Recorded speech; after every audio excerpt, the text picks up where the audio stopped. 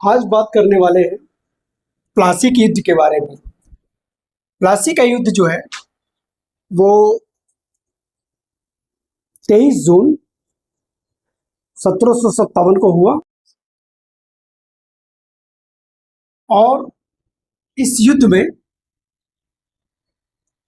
अंग्रेज और बंगाल के नवाब सिराजुद्दौला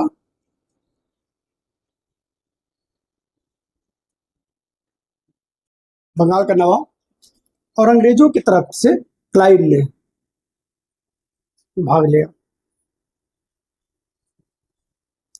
लेकिन आज हम बात करने वाले हैं प्लासी के युद्ध की पृष्ठभूमि के ऊपर।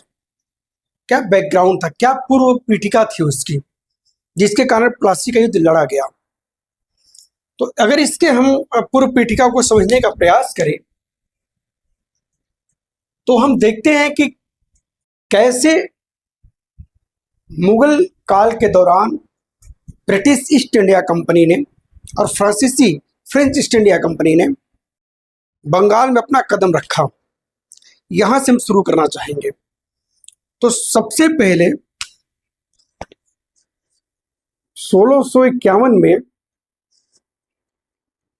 ब्रिटिश ईस्ट इंडिया कंपनी को बंगाल के हुगली में एक गोदाम या फैक्ट्री खोलने की परमिशन मिली बंगाल में। और वो परमिशन दिया था शाहजहां के पुत्र शाह सुजा ने।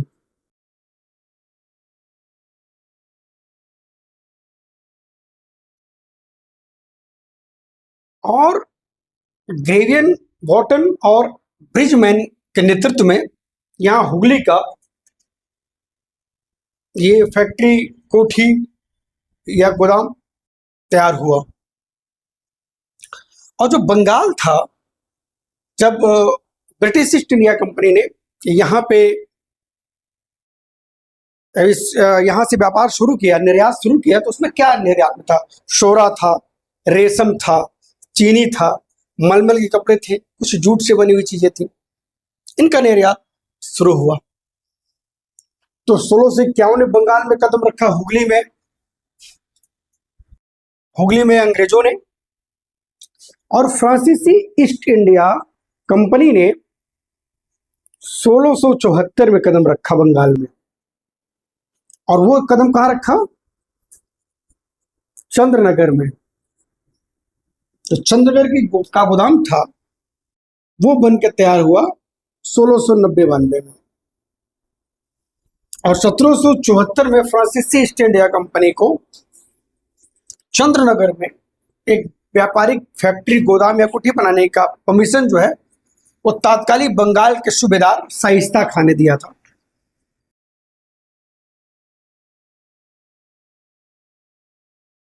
तो हुगली और चंद्रनगर ये दो जगह। हुगली में British East India Company, Shah Shuja जो सूबेदार था बंगाल का, उसने परमिशन दिया था ब्रिटिश ईस्ट इंडिया कंपनी को। और फ्रांसीसी ईस्ट इंडिया कंपनी को शाइस्ता खान ने परमिशन दिया था चंद्रनगर में, ये भी सूबेदार था बंगाल का। इस तरह से बंगाल में फ्रांसीसी और ब्रिटिश ईस्ट इंडिया कंपनी जो है वो व्यापार के लिए आई थी। यहीं पे 1698 में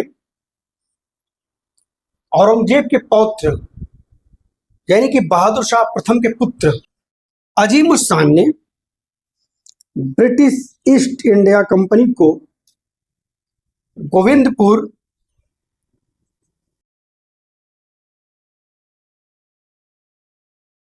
सूतानाती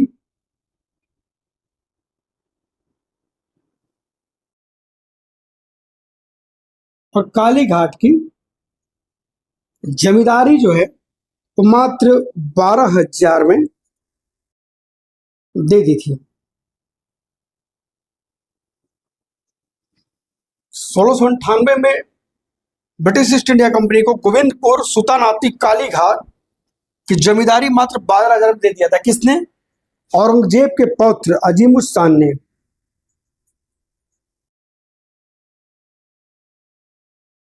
यह औरंगजेब का पुत्र और औरंगजेब का पौत्र और बहादुर शाह प्रथम का पुत्र था। और यहीं पे जान चौरवॉक ने इन्हीं गोविंदपुर, सुतानाती और कालीघाट को मिला करके 1700 में कलकत्ता नगर बसाया। इन्हीं तीन जमींदारियों गोविंदपुर, सुतानाती और कालीघाट को मिला करके कलकत्ता बसाया गया। और इसी कलकत्ता में फोर्ट विलियम नामक एक किला बनाया गया। फोर्ट विलियम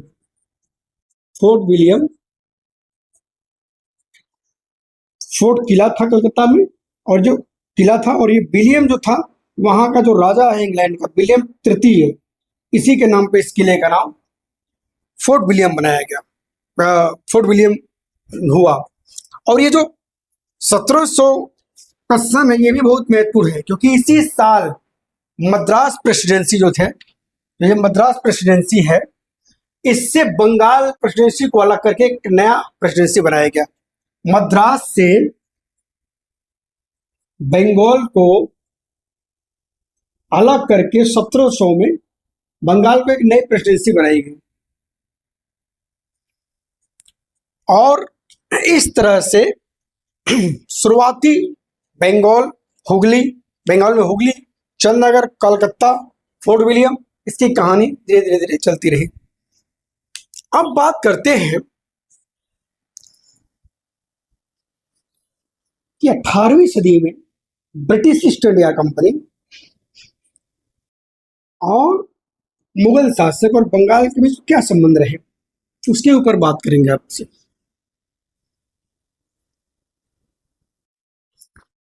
तो अच्छा, जॉन चरवाक,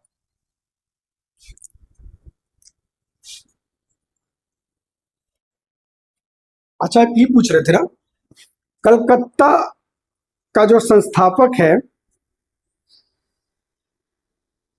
वो है जॉन चारवाक। ऐसे ही बंबई का जो संस्थापक है, मद्रास का जो संस्थापक है, उसको कहते हैं फ्रांसिस डे।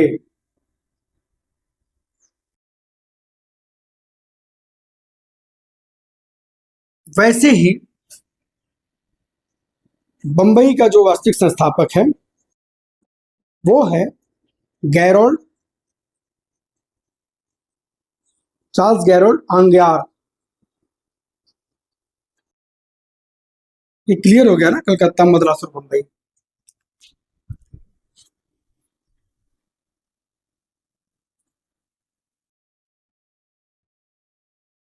अब हम बात करते हैं कि 1717 में एक शाही फरमान जारी किया फर्रुखसियार ने।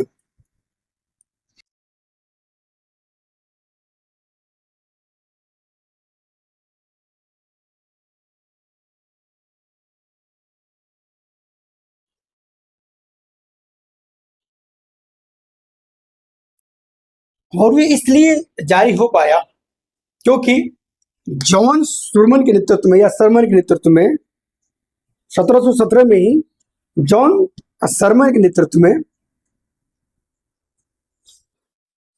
एक शिष्टमंडल फर्रुखसियार से कुछ व्यापारिक सुविधा प्राप्त करने के लिए ब्रिटिश ईस्ट इंडिया कंपनी की तरफ से मिला था। इस जॉन सरमन के जो नेतृत्व में शिष्टमंडल गया था, इसमें हैमिल्टन नाम का एक चिकित्सक था।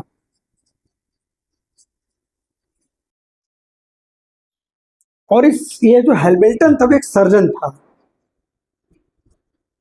और फर्रुखसियार को एक फोड़ा हुआ था जिसकी सर्जरी इस हैमिल्टन ने की थी। और इस सर्जरी से खुश होकर के फर्रुखसियार ने एक फरमान जारी किया ब्रिटिश ईस्ट इंडिया कंपनी के समर्थन में, जिसको ऑर्म ने, इस शाही फरमान को ऑर्म ने कंपनी का मैग्ना कार्टा कहा है। अब क्या है ये शाही फरमान? इस शाही फरमान में तीन बिंदु थे, उनको देख लेते हैं। इस शाही फरमान के माध्यम से ब्रिटिश ईस्ट इंडिया कंपनी मात्र 3,000 रुपया वार्षिक दे करके, एनुअल दे करके, और बंगाल में कर मुक्त व्यापार का कोई चुंगी उसको नहीं देना, सिर्फ 3,000 रुपया वार्षिक शाही खजाने में जमा करना है। उसके बदले बंगाल में कोई भी टैक्स नहीं देना है व्यापार में, और फ्री ट्रेड करना है। ये जिसके माध्यम से इसको जारी किया गया उसको दस्तक बोलते थे, दस्तक। इसको फ्री पास भी कह सकते हैं, इंग्लिश में फ्री पास कह सकते हैं इसको, दस्तक।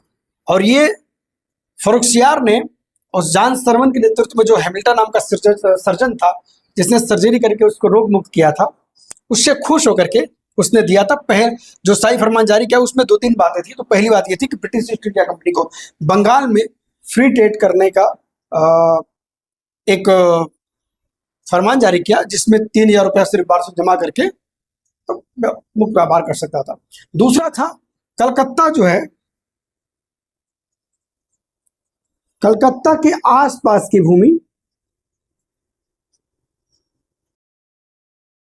भूमि को ब्रिटिश ईस्ट इंडिया कंपनी किराए पे ले सकती थी। और तीसरा था इस फरमान में कि बंबई में जो टकसाल है, टकसाल समझते हैं ना? हाँ, सिक्के जहां से ढाले जाते हैं, ठीक है। बंबई टकसाल जो है उसको मुगल मान्यता मिल गई।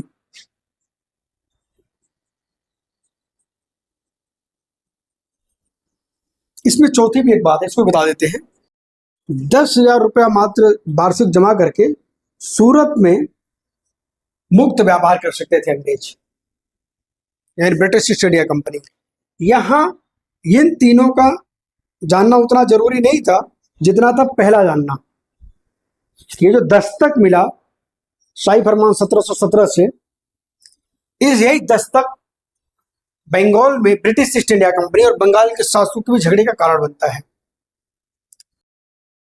और इस तरह से हम देख रहे हैं कि ब्रिटिश ईस्ट इंडिया कंपनी और फ्रांसीसी ईस्ट इंडिया कंपनी कैसे बंगाल में धीरे धीरे आगे बढ़ रहे हैं। अगर इनके समानांतर ही हम देखें, समानांतर ही देखें, तो 1717 से अगर यहीं से हम फिर आगे इधर बढ़े, तो जो बंगाल के शासक हैं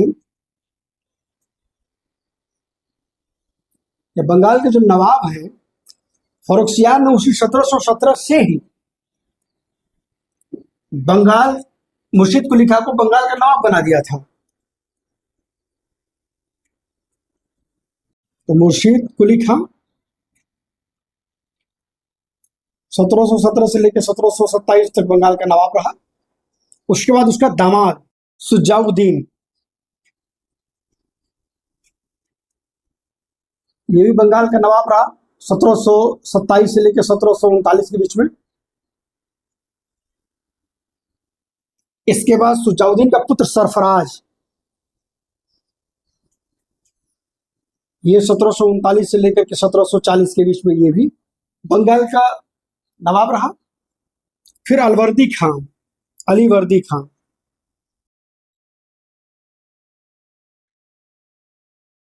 1740 से लेकर के 1756 के बीच में।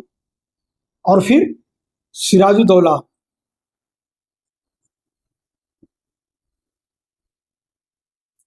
1756 से लेकर 1757 तक। और प्लासी की लड़ाई देखिए इसी के शासनकाल में हुई है, यहां लिखा भी है सिराजुद्दौला 23 जून 1757 प्लासी की लड़ाई। तो बंगाल इधर मुगलों से स्वतंत्र होकर के बंगाल के तमाम नवाब भी शासन कर रहे हैं, और इधर ब्रिटिश ईस्ट इंडिया कंपनी भी धीरे धीरे बंगाल में मजबूत होते जा रही है। यहां जो मुर्शिद कुली खां है, मुर्शिद कुली खां के बाद इसका दमाद सुजाउद्दीन शासक बना, और उसी के शासन काल में अलवर्दी खां नाम के एक सेना नायक को बिहार का उप या नायब सूबेदार बनाया गया।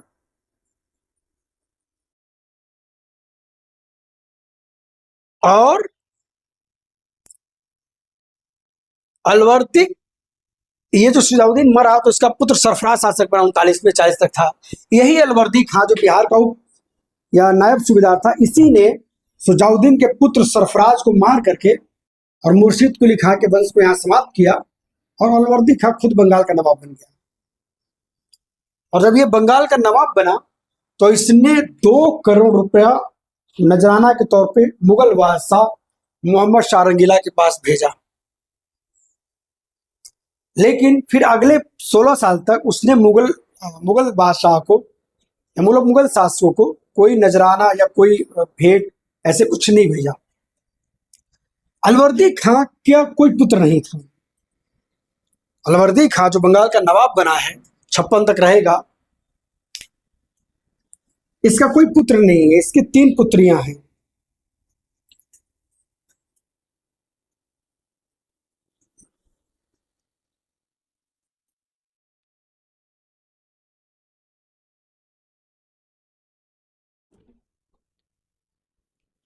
इसकी जो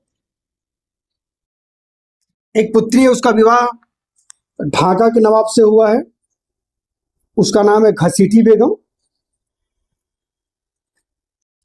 दूसरी शादी पूर्णिया के नवाब से हुई है और जिसका नाम है मोमिना बेगम। और तीसरी जो सबसे छोटी है उसकी शादी पटना में हुई है और उसका नाम है अमीना बेगम। अलवर्दी खां जब 9 अप्रैल 1756 को मरता है तो उसका कोई पुत्र नहीं है, उसके 3 पुत्रियां हैं, घसीटी बेगम, मोमिना बेगम और अमीना बेगम। और ये जो 3 पुत्रियां हैं, इनमें से ही इसने जो पटना की अमीना बेगम थी, उसका जो पुत्र था सिराजुद्दौला, उसको अपने जीवन काल में ही अपना उत्तराधिकारी घोषित कर चुका है, जिसका नाम है सिराजुद्दौला। तो जो अलवर्दी खां 9 अप्रैल 1756 को अलवर्दी खां की मृत्यु होगी तो उसकी सबसे छोटी पुत्री अमीना बेगम का पुत्र सिराजुद्दौला बंगाल का नवाब बनेगा। अब इधर बंगाल का नवाब इधर बदला। अब इधर हम देखते हैं, यहां तक इसको छोड़ करके थोड़ा सा आगे बढ़ते हैं।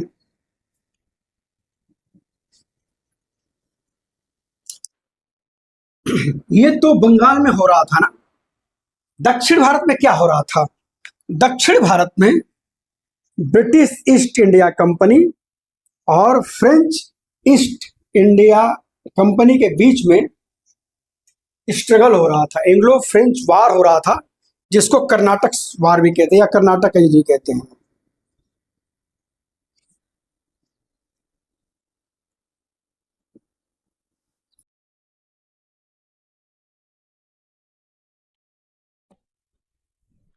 और जो ये कर्नाटक के युद्ध हैं, ये 3 लड़े गए और इनको कर्नाटक का जो ये ब्रिटिश ईस्ट इंडिया कंपनी और फ्रांसीसी और ब्रिटिश, अंग्रेजों और फ्रांसीसियों के बीच में जो लड़ाई थी, जिसको कर्नाटक का युद्ध कह रहे हैं, वो ये युद्ध कर्नाटक क्षेत्र में लड़े जा रहे हैं, इसलिए इसको कर्नाटक का युद्ध कह रहा है। और कर्नाटक कौन?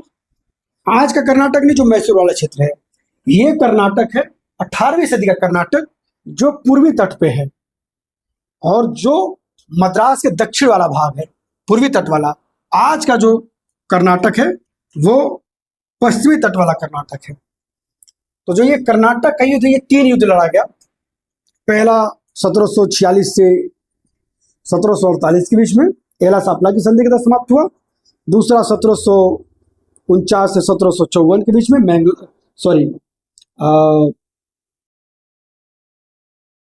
मैंगलोर की संधि के तहत समाप्त हुआ।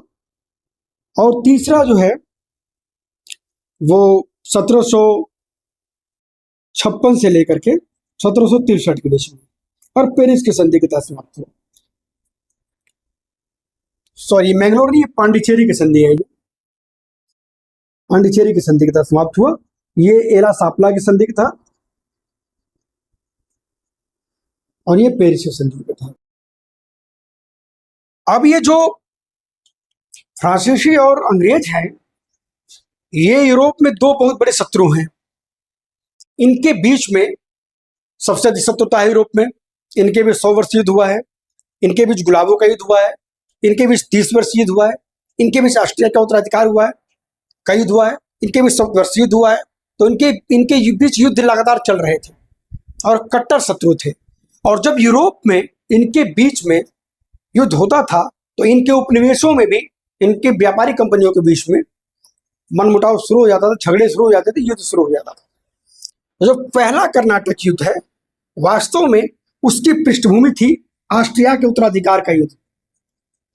ऑस्ट्रिया एक देश है यूरोप का, सक्सेशन वार, ऑस्ट्रिया सक्सेशन वार है, उत्तराधिकार का युद्ध।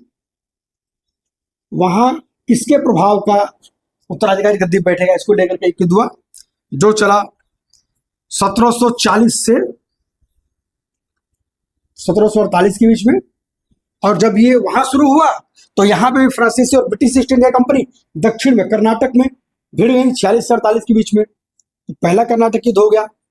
दूसरा कर्नाटक युद्ध की पृष्ठभूमि भारतीय थी। हैदराबाद और कर्नाटक की गद्दी पे कौन बैठेगा? ब्रिटिश ईस्ट इंडिया कंपनी का समर्थक बैठेगा कि फ्रांसीसी ईस्ट इंडिया कंपनी का समर्थक बैठेगा? क्योंकि ये व्यापारिक कंपनियां अपने समर्थक को इसलिए गद्दी पे बिठाना चाहती थी क्योंकि जो गद्दी पे बैठेगा उससे अधिक व्यापारी, जो राजनीतिक में जो ज्यादा सक्रिय होगा, वो अधिक से अधिक व्यापारिक लाभ ले पाएगा।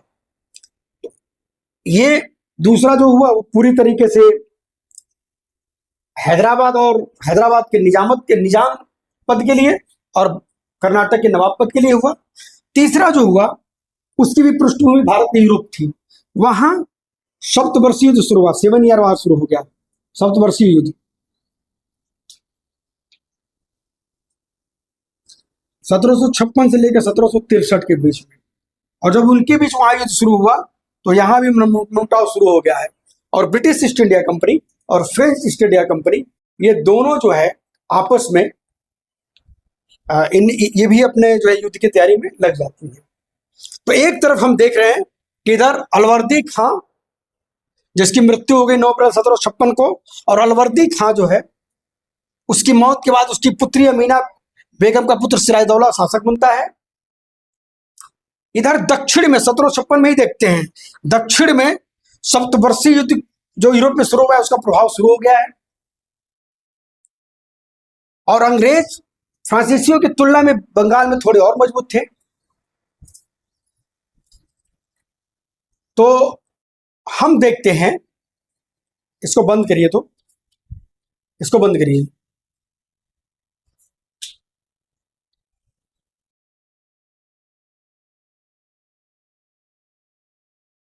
तो अब इन सब परिस्थितियों में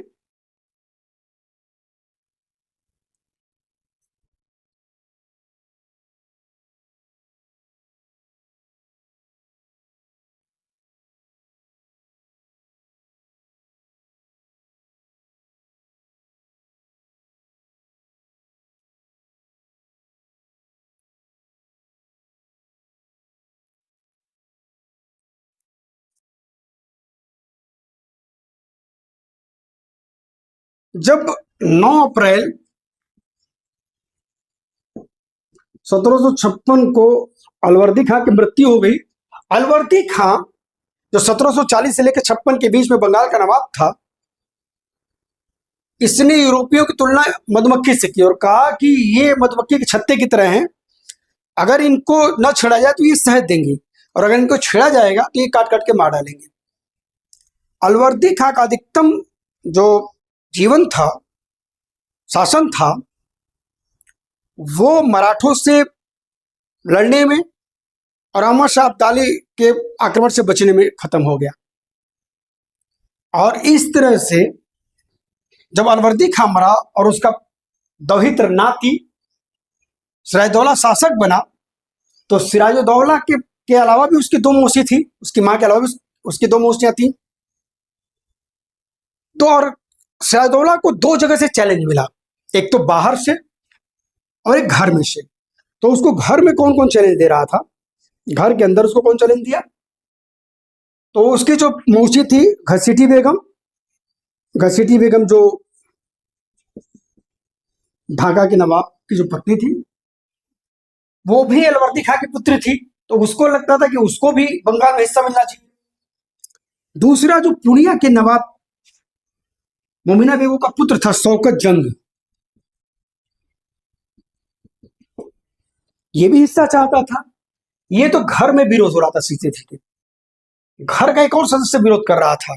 ये घर का और बाहरी दोनों था, वो था मीर जाफर।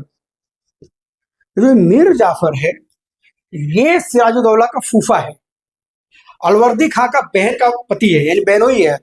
और ये जो है सिराजुद्दौला का फूफा है, ये भी हिस्सेदारी चाहता है। ये तो घर में इसका विरोध हो रहा है। बाहर कौन इसका विरोध कर रहे हैं?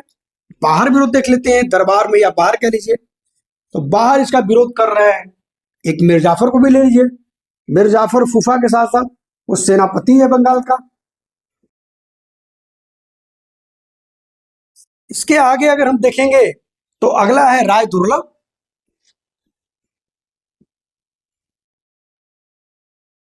ये दीवान है,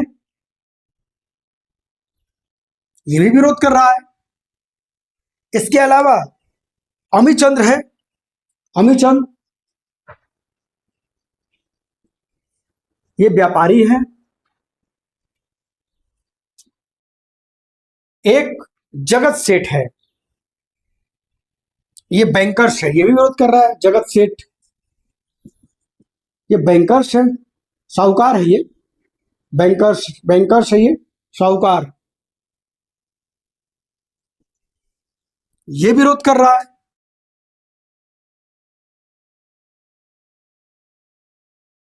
और एक और है जिसका नाम है मानिकचंद। मानिकचंद ये बाहर विरोध करने वाले हैं। इसके अलावा बाहर विरोध करने वालों में जो सबसे प्रबल विरोध होने वाला है वो ब्रिटिश ईस्ट इंडिया कंपनी का है। सिराजुद्दौला जब शासक बना उसकी उम्र बहुत अधिक नहीं थी, दरबार में अधिकतम लोग उससे ज्यादा उम्र के थे। वो अंग्रेजों से इसलिए ज्यादा नाराज था कि अंग्रेजों ने उसके नवाब बनने पर ना तो उसको बधाई दिया, ना तो उसको कोई भेंट दी, ना कोई विशेष सम्मान दिया, और घर में भी उसका विरोध हो रहा था। तो इस तरह से तब तक दक्षिण में यूरोप में हो रहे सप्तवर्षीय युद्ध के कारण कुछ सुबुहार शुरू हुई, और भारत में यानी बंगाल में चंद्रनगर की फ्रांसीसी और कलकत्ता के फोर्ट विलियम के किलेबंदी फोर्टिफिकेशन करने लगे। फ्रांसीसी चंद्रनगर में और फोर्ट विलियम कलकत्ता में अंग्रेज तोप लगाने लगे किले के ऊपर, और गड्ढे खोद के उसमें पानी भरने लगे, फोर्टिफिकेशन करने लगे। सिराजुद्दौला ने फ्रांसीसी और अंग्रेजों दोनों को रोकने के लिए कहा कि नहीं, आप ऐसा नहीं कर सकते हैं। सिराजुद्दौला के ये कहने पे फ्रांसीसी तो मान गए, और चंद्रनगर की जो है वो किलेबंदी रोक दी गई,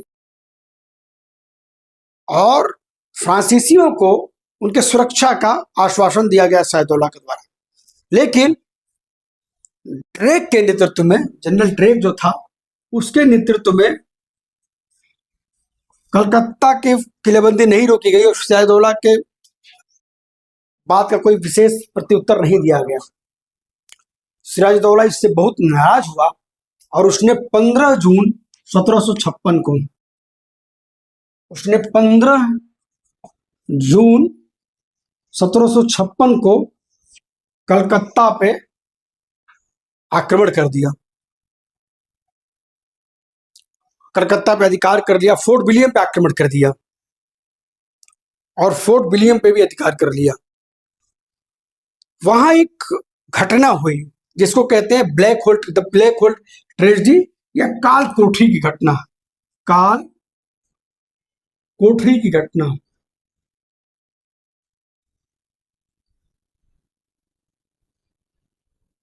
और जो ये काल कोठरी की घटना है, इसमें बताया गया कि जब सिराजदौला इतना क्रूर था कि उसने जब फोर्ट विलियम का जब आक्रमण किया तो उसने एक छोटे 18x14 के कमरे में 146 अंग्रेजों को बंद कर दिया। उसमें महिलाएं थी, बच्चे थे और पुरुष थे। और उसमें से चूंकि 20 जून की बात है, ये घटना जो काल कोठरी घटना, उसने आक्रमण तो किया था 15 जून को, लेकिन काल कोठरी घटना उसके 5 दिन बाद हुई, 20 जून 1756 को। और ये जून का महीना तो भीषण जो है उमस थी। और 18x14.10 ये लंबाई चौड़ाई के कमरे बंद कर दिया 146 लोगों को, जिसमें 123 लोग मर गए और मात्र 23 लोग बचे। और ये जो 23 लोग बचे, इसी में से एक व्यक्ति बचा जिसने कहा कि हाँ ये घटना मैं देखा हूं। उस व्यक्ति का नाम है जेड हॉलवेल। ये जो जेड हॉलवेल है, यही इस काल कोठरी की घटना को गढ़ने वाला है। इस काल कोठरी की घटना पे संदेह इसलिए उत्पन्न होता है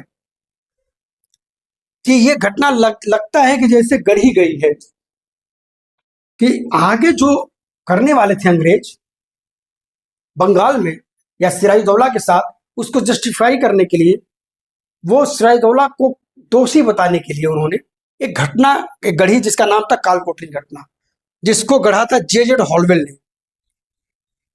अगर हम उस समकालीन कुछ इतिहासकारों की बात करें, जैसे कि मैं बात करूं गुलाम हुसैन की, उनकी किताब है सियार उल मुतखरीन, गुलाम हुसैन की किताब है।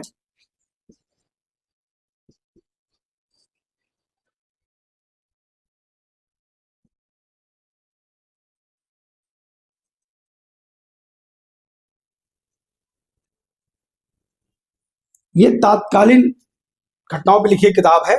इस किताब में अगर ये कितनी बड़ी घटना थी और वास्तव में हुई थी, तो इस काल कोठरी की घटना का उल्लेख ये गुलाम हुसैन ने सियार उल मुतखरीन में क्यों नहीं किया है अपनी किताब में? इसलिए लगता है कि जेड हॉलवेल ने और ब्रिटिश ईस्ट इंडिया कंपनी के तमाम अधिकारियों ने सिराजदौला और बंगाल के विरुद्ध एक षड्यंत्र रचा कि वो जो भी आगे गलत करने वाले थे उसको जस्टिफाई करने के लिए सिराजदौला कितना क्रूर था, ये बताने के लिए उन्होंने एक घटना को जन्म दिया जिसका नाम था काल कोठरी की घटना। और इस तरह से जनरल ड्रेक जो था, उसके नेतृत्व में जो लोग बचे वो भाग करके फुल्टा द्वीप पे जाके छुप गए। फुल्टा द्वीप पे 1756 की बात हो रही है, 20 जून 1756 की बात हो रही है। प्लासी का एक साल बाद होगा, अभी 23 जून 1757 को हुआ है। हम लोग बात कर रहे हैं प्लासी के युद्ध की लड़ाई, प्लासी का युद्ध या लड़ाई जो है उसकी पृष्ठभूमि या पूर्व पीठिका के ऊपर बैकग्राउंड उसका क्या है, क्यों प्लासी की लड़ाई हुई और कैसे कैसे पूरी घटनाएं वहां तक पहुंची, तो इसको हम लोग देखते हैं जरा सा इधर।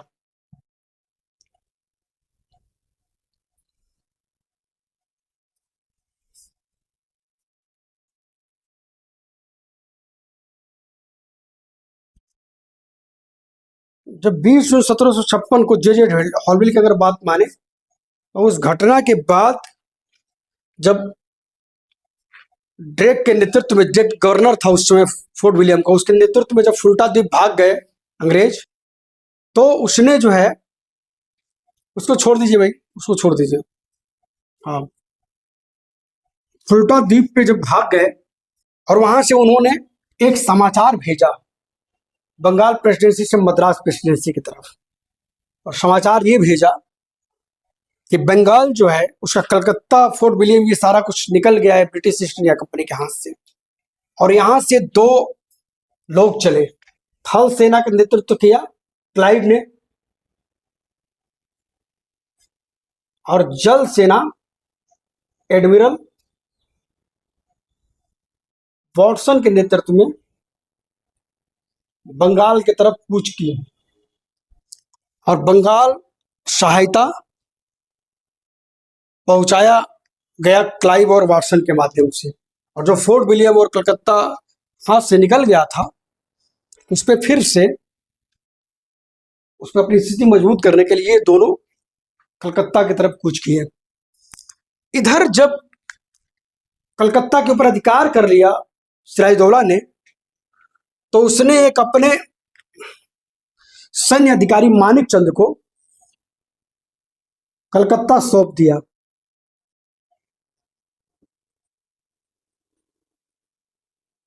लेकिन जाते जाते उसने कलकत्ता का नाम बदल दिया।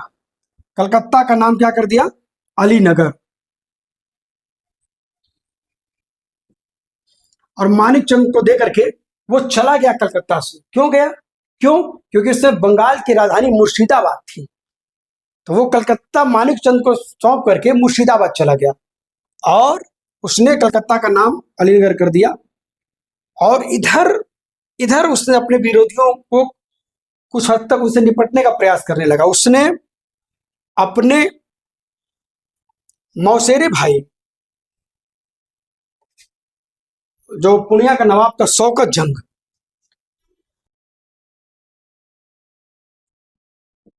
जंग को सबसे पहले निपटाने का प्रयास किया और अक्टूबर 1756 में मनिहारी के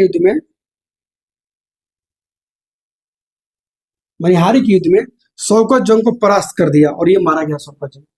इस तरह से एक विरोधी इसका खत्म हो गया।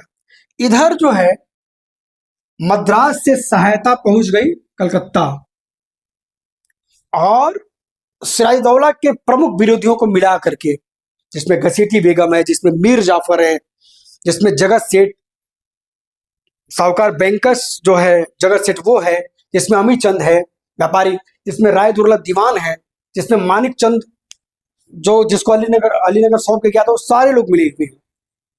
इस अमी चंद ने कलकत्ता जो अलीनगर था वो फिर सौंप दिया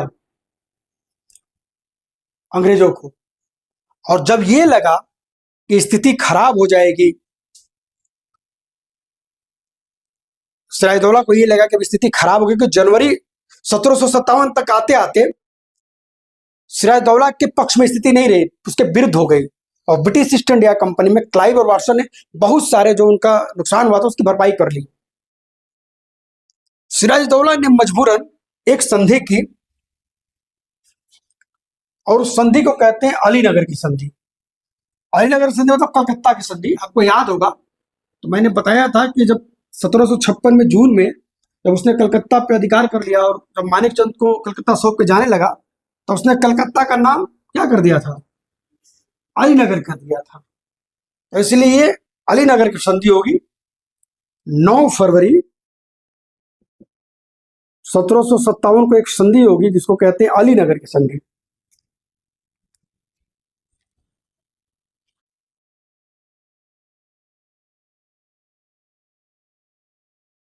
अलीनगर नाम रखा था कलकत्ता का।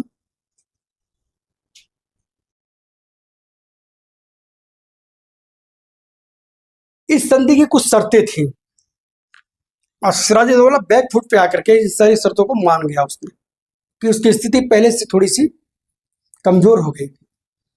इसमें यह था पहला, इस संधि की शर्तें जो थी उसमें पहली शर्त ये थी कि मुगल बादशाह के